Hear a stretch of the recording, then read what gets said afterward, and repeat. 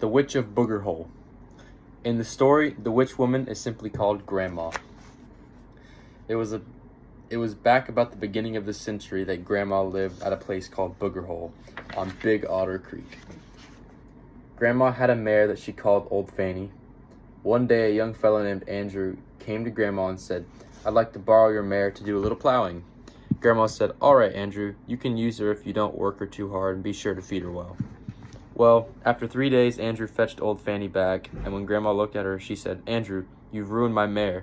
You worked her too hard, and she looks mighty peaked.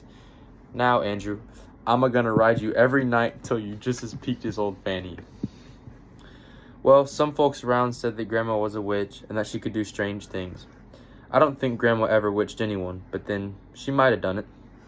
Anyhow, Andrew said that she came in of a night and put a bridle on him and rode him all over Pilot Knob. He'd wake up in the morning, all tired out with burrs in his hair, and his mouth sore from the bridle bit. This went on until Andrew was almost crazy.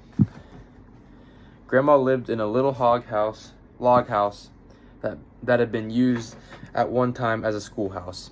It didn't have lights, glass in the windows, but Grandma kept a quilt hanging over the window at night.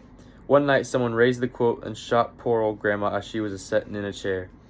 I went in there right after she was shot, and I saw Grandma with her arms a-hanging down over the sides of the chair and the blood running down. Well, they accused Andrew of the murder, and they arrested him, but they didn't have any evidence against him, only that they said Grandma had put a spell on him. So they let Andrew go. Now there's another part to the story that some folks don't know about. There was a man who had come to this community whose name was Henry Hargis. He was a stonemason, and he built chimneys for a lot of folks around here.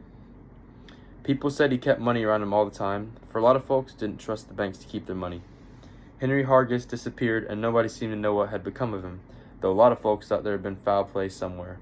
Grandma thought she knowed one of the men who had killed Henry Hargis, so they say she put a spell on this man's horse so that he couldn't catch it on the field. The horse had always been tame, but now every time the man would come near, it would kick and bite. He had an idea that Grandma had put a spell on his horse, so went to her and begged her to take the spell off of his horse. She said, "All right, I'll take the spell off your horse if you'll tell me where Henry Hargis is buried." Well, he finally told her. It was not long after that when we were in a room.